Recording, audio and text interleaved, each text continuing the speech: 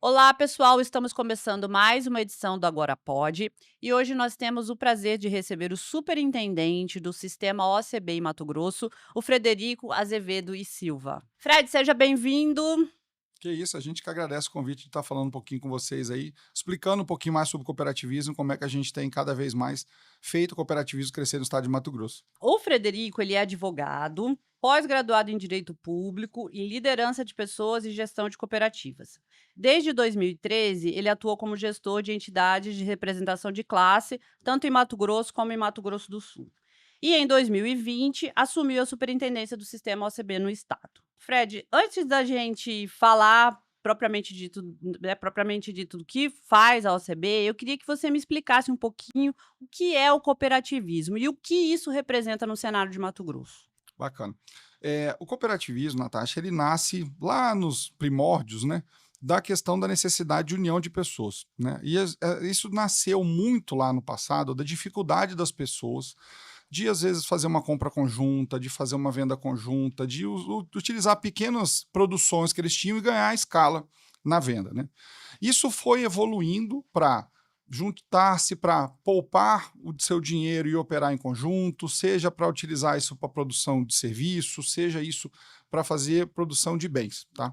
Então ele nasce originalmente disso e ele vem evoluindo, e o cooperativismo no Brasil, ele é muito destacado exatamente pelo tamanho que ele conseguiu chegar, né, e pela estrutura que ele tem hoje, mundialmente falando, né? Então, quando a gente imagina, por exemplo, você vai entrar dentro de Mato Grosso, né? Mato Grosso nós estamos aí com 3,3 milhões de habitantes dentro do estado. O último dado que a gente tem, inclusive do anuário que nós vamos lançar num evento que nós vamos fazer aqui dia 23 de setembro, nós chegamos a 1,8 milhão de pessoas de Mato Grosso envolvidas no cooperativismo como cooperados, né? Isso fora colaboradores, isso fora todo o resto. Esse volume são cooperados. Cooperados. Então, o que acontece? Essas pessoas se juntam, seja, a gente tem um potencial desse número enorme que vem do cooperativismo de crédito, né, das nossas cooperativas de crédito, mas nós temos também um cooperativismo de outros ramos muito pujante, além do cooperativismo de crédito. Então, quando você fala cooperativismo agropecuário, a gente tem hoje quase 44% da produção do estado de soja, milho e algodão está dentro de uma cooperativa, né? As pessoas se juntaram, um número bastante expressivo. Exatamente porque existia no passado uma dificuldade desses produtores de logística, de fazer essa compra de insumos conjunto, que a gente sabe que isso reduz o preço, de fazer a venda dessa produção em conjunto e de estruturação de outras necessidades, né? Então, por exemplo, quando a gente fala do cooperativismo de agro, né, para soja e milho, tem uma dificuldade muito grande do estado, por exemplo, de capacidade de armazenagem, né? Nós estamos vindo agora de uma safra de milho, né, que está em colheita e estamos aí com notícias, poxa, está faltando armazém, tem milho fora do armazém. Os produtores muitas vezes se juntam para construir esse armazém e depositar o seu produto junto. Isso dá um ganho de escala, tanto da possibilidade de vender o produto na melhor época do ano, quanto na capacidade dele armazenar mesmo a produção. Quando a gente fala, por exemplo, de cooperativismo de transporte, né, os motoristas se juntam para formar uma cooperativa para conseguir comprar peça mais barata, comprar pneu mais barato, para comprar diesel mais barato, para prestar serviço para os seus cooperados na oficina da cooperativa de uma forma melhor, né? E aí você entra nisso para cooperativismo de consumo, cooperativismo de trabalho, cooperativismo mineral, que tem um papel importante.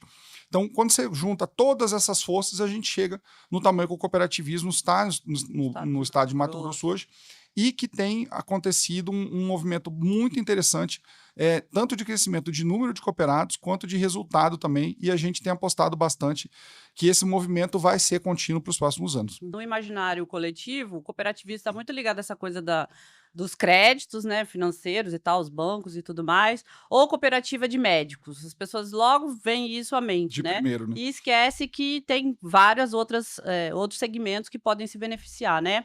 Então explica pra gente o que é o sistema agora, o sistema OCB, e como que ele atua aqui em Mato Grosso frente a essas cooperativas. Então, o sistema OCB, ele é composto hoje por...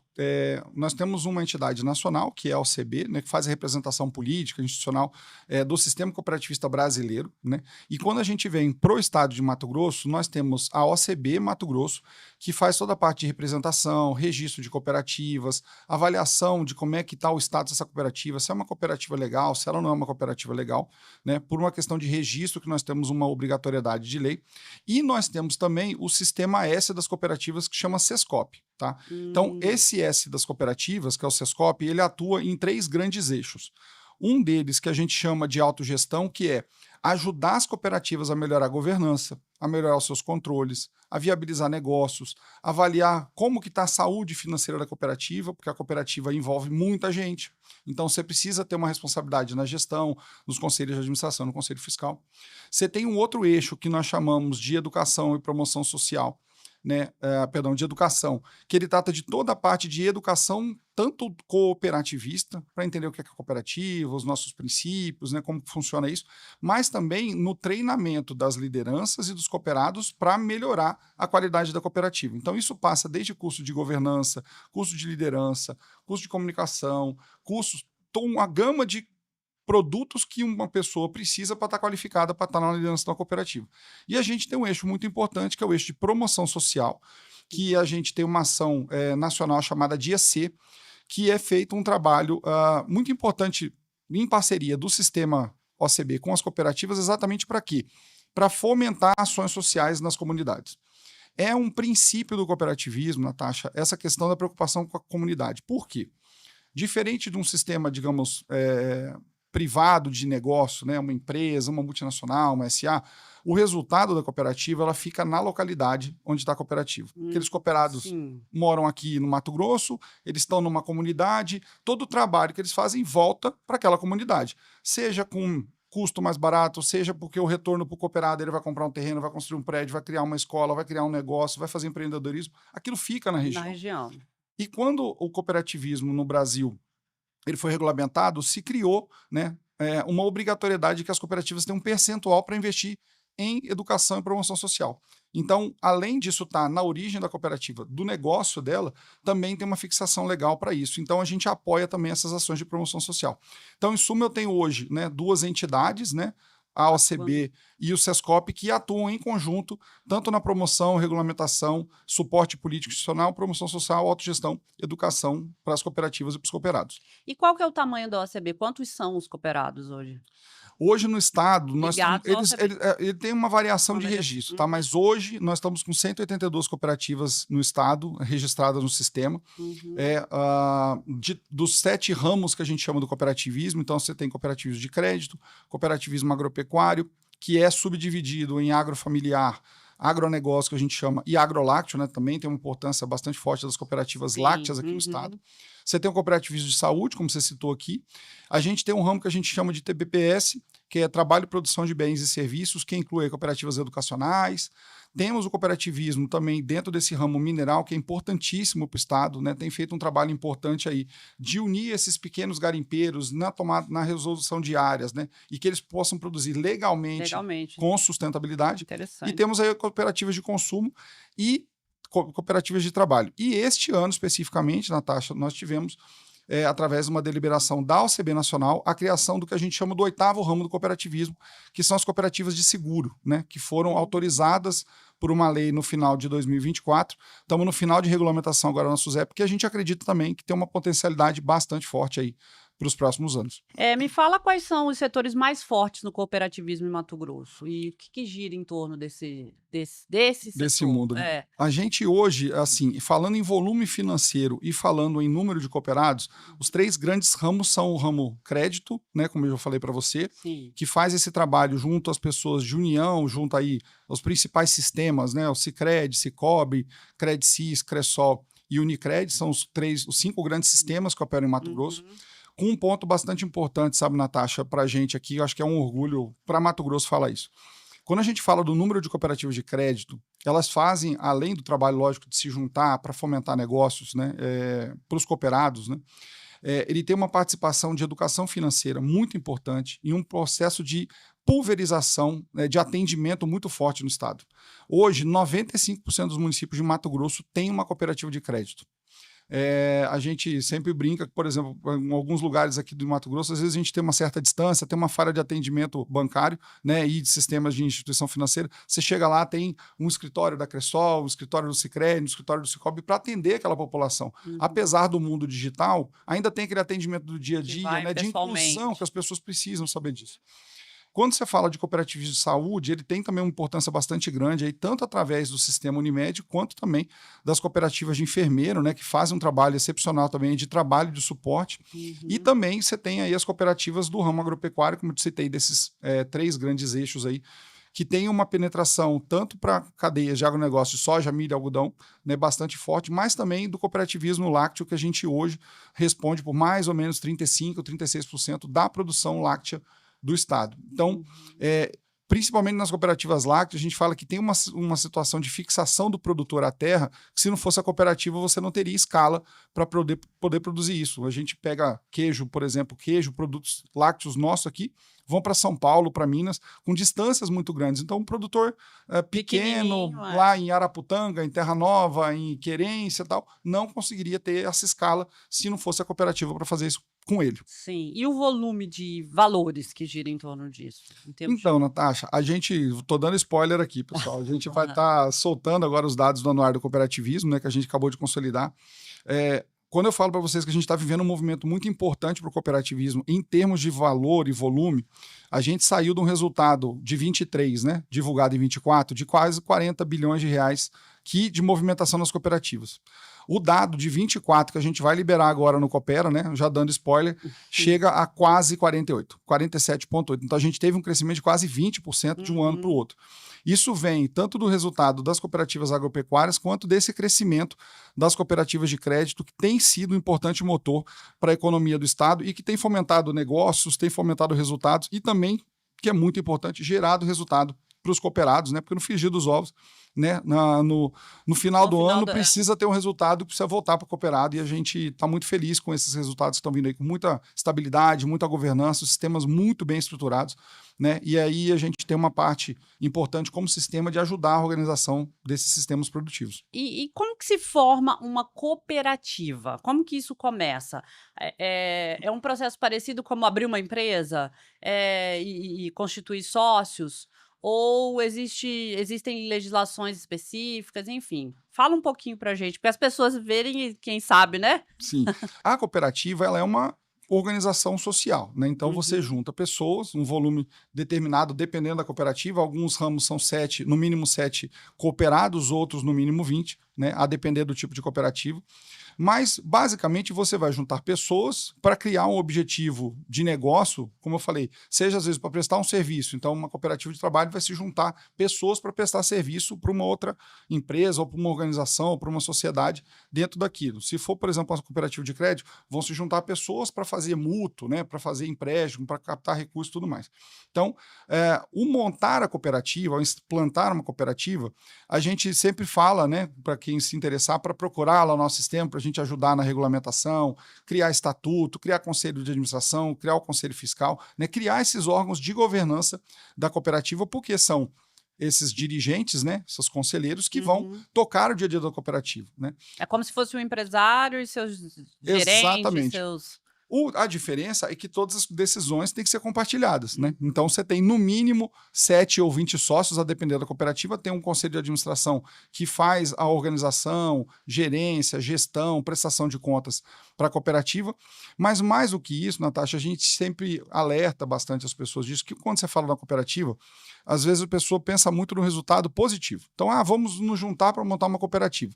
Mas qual é o objetivo dessa cooperativa? Existe um plano de negócio para isso? Existe uma viabilidade? Existe um porquê disso ser criado? Principalmente, Natasha, uma preocupação que nós temos muito forte, por isso do sistema OCB ter essa atuação de registro, porque não é simplesmente montar uma cooperativa, fazer isso virar um negócio que seja rentável para os cooperados. Sim. Você tem que ter um resultado no final. Qual é a vantagem em relação a não abrir uma empresa e montar uma cooperativa? A grande questão, Natasha, é o seguinte: vamos partir de um princípio, por exemplo, uma cooperativa agropecuária, tá? É um ramo bastante importante aqui para o Estado. Vamos juntar lá 20 produtores, vamos dizer, de soja, tá? Eles estão lá comprando o seu insumo junto. Vamos fazer uma carga de comprar defensivo, de semente, de fertilizante. Pelo volume dele, por que vai acontecer? Aquele produtor, por exemplo, plante 1.000 hectares, né, o produtor médio de soja, de grãos aqui do estado, se junta com outro de 5.000, um maior, se junta com um menor de 300. No bolo da conta, ele não está comprando para 1.000 ou para 5.000 para 300, ele está comprando para 70, 80, 100 mil hectares. Então, na hora de você negociar isso com uma indústria, a indústria, obviamente, se faz um preço menor, porque tem esse volume envolvido. Aí você fala assim, mas onde que está a viabilidade, então, desse negócio? É porque tem esse valor a menor da compra, né? Quando eu falo, por exemplo, da venda conjunta, poxa, eu não estou negociando a venda de 500 hectares de soja, de 300 mil, estou negociando 1.000, 100 mil, 12 mil, 200 mil hectares. Então, para quem compra, vamos dizer, uma trade, para as grandes indústrias, por exemplo, de etanol de milho do estado, ela consegue ter uma previsão de entrega de produto e de preço mais estabilizado do que comprar só de um produtor. Então, eles preferem comprar nesse volume. Às vezes, pagam um spread um pouco melhor para esse produtor. Né? Então, isso vai gerando duas pontas. A partir disso, começam a sair outros negócios em conjunto. Então, a gente já tem cooperativa aqui que está comprando, por exemplo, maquinário em conjunto. Então, os produtores estão se juntando para ir para a indústria e falar assim, olha, eu não quero comprar uma colheitadeira, eu quero comprar 50. Quero comprar 100. Já teve uma ação de uma cooperativa ligada a gente aqui que procurou uma grande indústria de veículos e falou assim, eu quero comprar 100 caminhonetes. Quanto é o preço que você me faz 100 caminhonetes? Porque a gente sabe que esse volume de compra gera, de novo, para quem está vendendo, uma vantagem de estar vendendo tudo numa pancada só e para quem está comprando tem uma redução de custo. Então, esse é o grande ganho da cooperativa, é você conseguir viabilizar melhor. Igualar primeiro, pequenos e grandes, todos ficam no mesmo patamar. E num segundo ponto, você ter essas variações de rentabilidade. Porque, Natasha, a gente tem vivido aí nos últimos anos, a agricultura tá indo bem, né? Tem anos que dão um pouquinho mais de pressão sobre preço, mas o que a gente tem incentivado bastante, conversado muito com as cooperativas, principalmente do ramo agropecuário, agora é o próximo passo. Se juntaram, compram juntos, fazem juntos, mas e agora? Quais são os mercados consumidores? A gente está vivendo uma mudança de geopolítica muito forte. Né? Exatamente nesse momento. Exatamente, né? No dia que a gente grava, a gente não sabe o que vai ser amanhã para a conversa. Mas, e essa dificuldade precisa cada vez mais o produtor se preparar para uma pulverização, porque os temas não estão mais em se eu sou produtivo ou não sou produtivo, ou se aquele comprador precisa ou não do meu produto. Nós estamos chegando num ponto assim, o meu país não quer comprar mais o seu, né? Por N fatores, ou não, ó, aquele outro país está me pressionando a comprar. E isso precisa de uma pulverização de compra, né? Então a gente não pode mais depender só do país A, B ou C, a gente precisa pulverizar isso. E é um ponto que a gente tem insistido bastante com as cooperativas agropecuárias, como que a gente consegue também criar uma fase 2 para Mato Grosso de industrializar essa produção. Essas nossas cooperativas ainda estão muito, as agropecuárias, né, muito na compra conjunta, na venda conjunta. Mas e o passo 2 da industrialização do etanol, de uma esmagadora, de um conjunto de produtores para fazer etanol de milho, confinamento ou outros tipos de cultura, né? Então, eles mesmos têm se organizado nisso e um pouco do nosso evento também é trazer essas redes, né, de cooperativas que conseguiram fazer isso no sul do Brasil e que tem sido muito eficiente, muito rentável para os cooperados. Como que se dá a mão de obra no cooperativismo? Existem trabalhadores para o cooperativismo ou todo mundo é cooperado? Como que se faz essa divisão? E aí eu te pergunto uma outra coisa também que eu já queria ter emendado na outra pergunta. Território é levado em conta para o cooperativismo ou não? É possível fazer em Vila Rica e ser cooperado com alguém em Itiquira, por exemplo? Não tem problema hoje, né? Por exemplo, a gente pega as nossas cooperativas de crédito aqui, alguns sistemas daqui operam no Mato Grosso do Sul e Rondônia. Algumas cooperativas daqui operam Mato Grosso, Amapá, Amazonas, Roraima, todo o norte do Brasil, né? Então, essa territorialidade não é um problema, tá? A depender do tipo da cooperativa e da estratégia que ela está atuando. Então, por exemplo, a gente tem cooperativa do ramo agropecuário do Paraná operando no Mato Grosso. Não tem problema nenhum.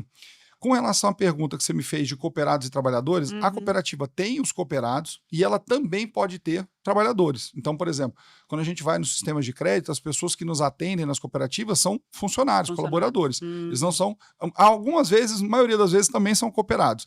Mas no caso, principalmente das cooperativas de trabalho, das cooperativas de consumo, né, cooperativas educacionais, por exemplo, de professores, né? Por exemplo, a gente tem professores que se juntaram, montaram uma cooperativa e os professores são os cooperados, os donos daquele negócio, né? Eles atuam como professores, mas também são os Exatamente, donos. porque o resultado daquele negócio deles, do trabalho deles, volta em proveito deles mesmos como professores, né, e donos daquele negócio educacional, né. Tem uma outra modalidade, são as cooperativas de pais, em que pais se juntam para dar aula para os seus filhos, né, e para filhos de outros cooperados desse negócio também. Mas, a priori, Natasha, tanto nos dois casos, tanto no caso do cooperado, né? Qual vai ser a diferença? No caso do cooperado, ele está trabalhando para a cooperativa, em conjunto, fazendo um negócio, e no final o resultado da cooperativa volta para ele como sobra ou como prejuízo, a depender do negócio. No caso do trabalhador, ele não passa os perrengues, digamos assim, tanto do resultado positivo quanto do negativo, mas não tem problema a cooperativa ter trabalhador no seu sistema. O formato é trabalhador mesmo, com todas as suas... Sim, da mesma forma. Seus benefícios e, assim, os seus ônus também, né? Isso, exato. E existe formação específica para trabalhar no cooperativismo? Eu sei que a do ramo, da atividade do setor, ótimo, beleza, mas eu digo assim, existe já um olhar para essa formação? Olha, eu quero ser, sei lá, psicólogo, mas com esse viés de cooperativismo. O que a gente tem incentivado bastante, e por isso que eu falei para você assim, que essa parte tanto de autogestão quanto de educação que o sistema Sescop oferece, né, via sistema OCB, é exatamente para isso. Normalmente as pessoas se juntam, isso é muito comum, né, Natasha? Seja em cooperativa, seja numa empresa. Às vezes a pessoa é um baita vendedor e ele fala assim, poxa, eu tenho capacidade então de montar uma loja, né, e vou vender, né? E ele é um excelente vendedor. Só que em algum momento ele precisa sair da venda e gerir um negócio, né? Da mesma forma as cooperativas. Então, às vezes, vamos falar aqui, por exemplo, cooperativas de transporte. Uma massa de caminhoneiros, de donos de caminhão, vamos nos juntar para a gente pegar volume, então, de frete lá na indústria tal. Mas aí ele precisa gerenciar financeiro, ele precisa gerenciar aquela oficina, ele precisa gerenciar o custo do pneu que ele fez, quem que vai entregar e tal. E ele, obviamente, por ser uma cooperativa, ele precisa prestar conta para os sócios, os outros cooperados que são donos daquilo, né? Para discutir se o preço da compra foi bom, se foi um bom negócio, se não foi um bom negócio, até que ponto aquele conselho de administração tem autonomia para tomar uma decisão em nome de todos. Então, tudo isso é a parte do que a gente chama de governança. E toda essa parte de governança, quando se monta uma cooperativa, é um dos vieses de suporte, né, que o sistema oferece, exatamente por quê? Para você entender o papel do conselho de administração, para você entender o papel de um conselho fiscal que precisa estar ali para fiscalizar o conselho de administração, mas também um caráter muito importante de ajudar não só a fiscalizar, mas ajudar a dar direção. Né? Ele não administra, mas ele ajuda a fiscalizar e fala assim, olha, da próxima vez seria importante você ter uma medida A, B ou C. E toda essa parte de governança passa muito porque a gente chama de políticas de alçada. Então, até que ponto um gestor, né, daquela cooperativa, seja ele um cooperado, seja ele um gestor profissional, porque isso é outro ponto bastante importante, Natasha, ou pelo tamanho que as cooperativas estão hoje, se tem uma divisão do que a gente chama dessa governança interna. Né? Então, qual é o papel do conselho de administração, né, como responsável legal da cooperativa e tudo mais na tomada de decisões, e qual que é o papel, por exemplo, de um gestor profissional, um CEO, um gerente, um superintendente, que tome conta da operação, digamos assim, do conselho para baixo. Né? Então, tudo isso faz parte desse trabalho que a gente dá suporte. Isso passa por educação, isso passa por treinamento de liderança, isso passa por treinamento de governança, com as melhores faculdades do Brasil e do fora do Brasil também. Então, o sistema está preparado para preparar essas pessoas. Exatamente. Né? Isso é um mote muito importante que a gente tem, exatamente por quê? Porque, como eu te falei, Natasha, há uma responsabilidade muito grande de uma cooperativa com seus cooperados. E eu cito bastante aqui, a gente tem algumas regiões aqui bastante importantes. Eu tenho, por exemplo, uma cooperativa do ramo lácteo lá, que a cidade tem 10 mil habitantes. A cooperativa tem 6 mil cooperados. Nossa, a cidade toda. Se a cooperativa der algum problema, quebrar, toda uma região para. Então, aquele presidente, aquele conselheiro de administração, aquele conselheiro fiscal que está lá no dia a dia, ele precisa ser preparado para tomar decisões, né, para entender, às vezes, o nível de investimento, o nível de compra, como é que ele faz, e para tudo isso ele precisa de treinamento. Então, é um mote importante que a gente tem há muitos anos, né, como sistema de que a formação dessas pessoas tem que ser um mote do nosso sistema para a gente dar suporte para eles. O cooperativismo, ele abarca também o empreendedorismo? Tipo, as inovações de negócios? Como que se encaixa aí? Bastante, Tem Natasha, acontecido? bastante. Uhum. A gente tem visto, por exemplo, assim, Natasha, às vezes a gente vai muito, essa noção de empreendedorismo, às vezes fica no cooperativismo, fica parecendo assim, mas isso vai ficar só lá numa cooperativa de crédito, numa cooperativa agropecuária. Eu cito para você, por exemplo, hoje, uma baita de uma oportunidade que pode ser gerada para pessoas interessadas nisso, que é a própria questão do transporte autônomo hoje que a gente tem dentro do Brasil, né? Uhum. A gente sabe que existe uma grande plataforma aí que lida com isso, né? E que não raro a gente escuta as pessoas falarem assim, poxa, e o próprio operador, aquele motorista, fala assim, nossa, mas o custo do que você me pagou, eu vou receber 30%, 40% a menos. Sim. Né? E a gente tem falado isso para as pessoas, fala assim, olha, se juntasse um grupo de autônomos, né, que tenham seus veículos e que eles podem fazer um baita de um ganho, Natasha, no seguinte sentido, de ter um veículo um pouco melhor, de ter um tratamento um pouco melhor, porque esse diferencial do resultado que está ficando para esse terceirizado, que não é uma empresa nem brasileira, não é? Né? Ela é internacional, o resultado não fica aqui, e a gente tem falado isso. Né? Por que não ter essa possibilidade de juntar essas pessoas para poder montar uma plataforma nesse sentido? Já existem algumas iniciativas que eles se juntaram, montaram um aplicativo e roda. Uhum. Um outro ponto importante, quando a gente fala de empreendedorismo e de achar essas oportunidades. Mato Grosso, de novo, cresce com PIB chinês, mas o tanto de oportunidade que a gente vê, por exemplo, em programação, né? Uma cooperativa que faça esse serviço de programação de tecnologia para o mercado. Hoje, você tem cooperativas fazendo esse trabalho de forma muito boa e que, assim, o cooperado não precisa estar necessariamente no Mato Grosso, né? Porque hoje você está tudo interligado. Exatamente. Né? Então, um desenvolvedor daqui se junta com o de outro estado e eles vão, às vezes, até de outro país e se juntam para fazer negócio. A gente tem falado, por exemplo, do próprio ramo de seguros, né? Quando sair a regulamentação da SUSEP, a gente acredita bastante nisso. E a gente tem um diretor nosso aqui no Mato Grosso que tem trabalhado bastante nesse sentido, né? Até para que a regulamentação saia de uma forma correta. Existe, de novo, uma grande responsabilidade nessas cooperativas, porque se você for imaginar uma cooperativa para, por exemplo, segurar veículos, né? Se começar a dar um monte de acidente, e a gente sabe que o custo de seguro no Brasil é bastante alto hoje, pelos perfis que a gente tem, ele tem um custo menor. Mas e na hora de você efetivar e pagar, né, um eventual sinistro para o cooperado? Então você tem que ter toda uma regulamentação, tem que saber quem é o presidente daquela cooperativa, como é que esse dinheiro está guardado, onde que ele está investido, porque tem toda uma responsabilidade em cima disso. Então, quando a gente trata dessas inovações, de novo, seja nesse sentido, você tem um monte de oportunidade. E aí, eu tenho falado muito isso para o pessoal, não eu, né, mas a gente tem visto isso e discutido bastante internamente. As cadeias de logística, elas estão cada vez mais se profissionalizando e virando, na verdade, o diferencial de negócio. Então, não vamos longe aqui, né? Nossos ouvintes aqui estão ouvindo lá, poxa, quanto tempo a gente comprava? Eu brinquei esses dias na empresa, eu fui comprar um negócio em São Paulo, liguei para o fornecedor e falei assim, você me manda pelo correio. Demorou 20 dias para chegar um produto. Com um custo razoavelmente, pelo menos 10 vezes mais caro do que se eu tivesse comprado no Mercado Livre, que me entregaria com 3 dias aqui, com custo 1/10 mais baixo. Então, a plataforma do Mercado Livre se utiliza para muitas das suas entregas de cooperados, né, para poder fazer essa organização. Então, você tem aí nichos de mercado que estão nascendo e de oportunidades, e que a gente tem cada vez mais estimulado as pessoas a entender essas oportunidades e ver como que tem uma somatória de ganha-ganha entre esses cooperados para poder gerar resultado lá na ponta para o próprio cooperado e, de novo, para que isso também retorne para o nosso estado como resultado. Uma informação que eu recebi é que este ano é o ano do cooperativismo, ano internacional, né? Exatamente. Inclusive tem um slogan, né? Cooperativas constroem um mundo melhor. O que isso implica? O que esse marco implica para Mato Grosso no mundo cooperativista?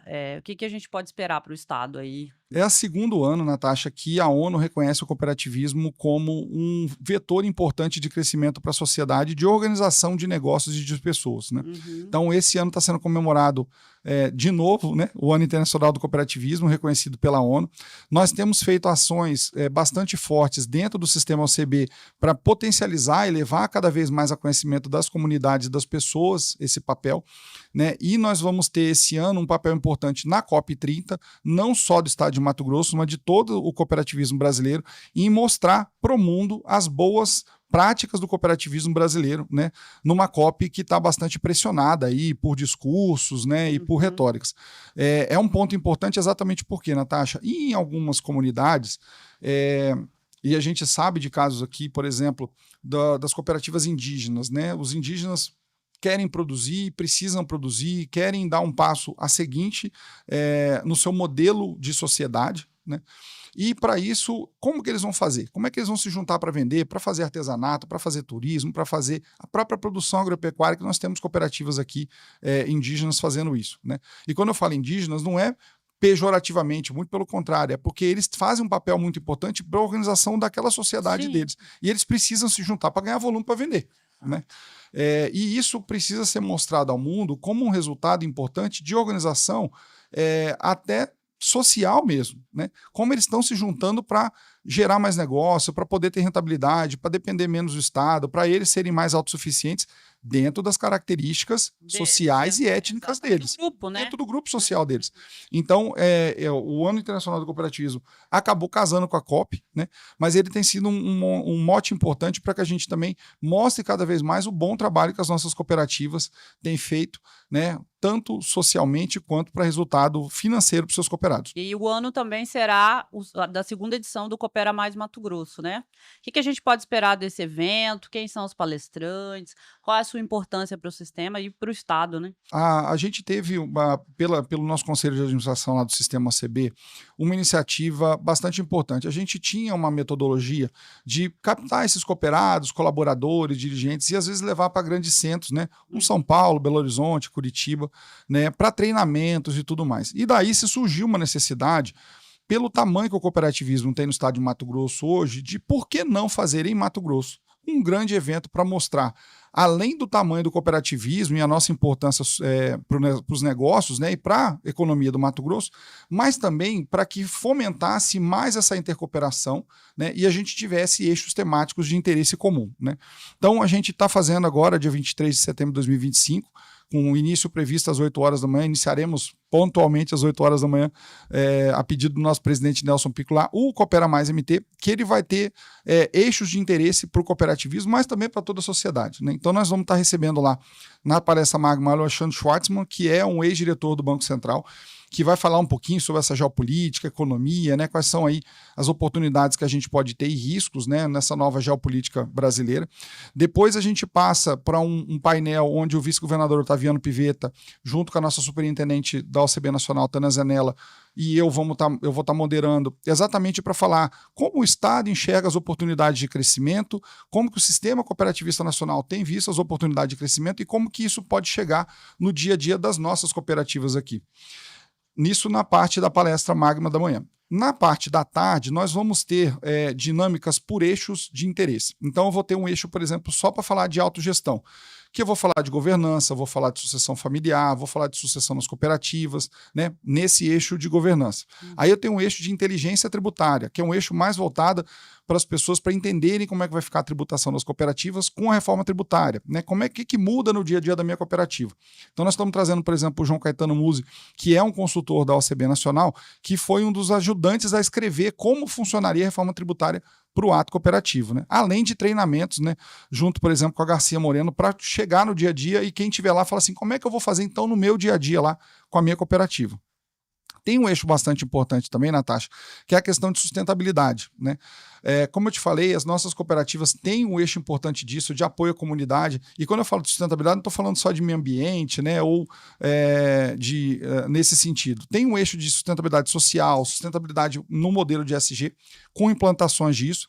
Nós vamos também ter um eixo importante de negócios, né? Então, como eu te falei, essa situação de juntar as cooperativas, né, por exemplo, para fazer um volume e fazer uma intercooperação para fazer negócio com uma empresa, a gente está trazendo o Eliseu Batista, que é da Agrária, lá do Paraná, que eles ajudaram, se juntaram as cooperativas, cada uma com o seu negócio, a fazer volume e fazer uma intermediação para uma grande indústria nacional de cerveja de malte. Então, toda a maltaria dessa indústria é fornecida por eles. E aí, como é que eu junto o volume da cooperativa A com a da cooperativa B? Quando que entrega? Que qualidade que tem? Então, ele foi a pessoa que ajudou a montar todo esse negócio para gerenciar. Um outro ponto importante na plenária que a gente tem também, que eu esqueci de comentar, é com relação a essa questão do cooperativismo de seguro. A gente também vai ter o Ricardo Balbinotti, que é nosso diretor de Relações Institucionais, falando um pouquinho dessa cadeira e de como o cooperativismo de seguro pode vir. E também a gente tem um eixo bastante importante para as cooperativas, que é, além da questão de governança, gestão e do mercado, que é o eixo de gestão de pessoas, que tem sido muito importante, porque do tamanho que as cooperativas estão hoje, Natasha, cada vez mais a gente tem incentivado as pessoas a cada vez obter mais conhecimento. Isso passa desde cooperado a colaboradores. Então, por exemplo, a gente tem uma dificuldade, e todos os setores passam por isso, de como é que eu metrifico, por exemplo, aquele conhecimento que está sendo gerado para o cooperado ou para o colaborador, como que aquilo está sendo absorvido no dia a dia da cooperativa.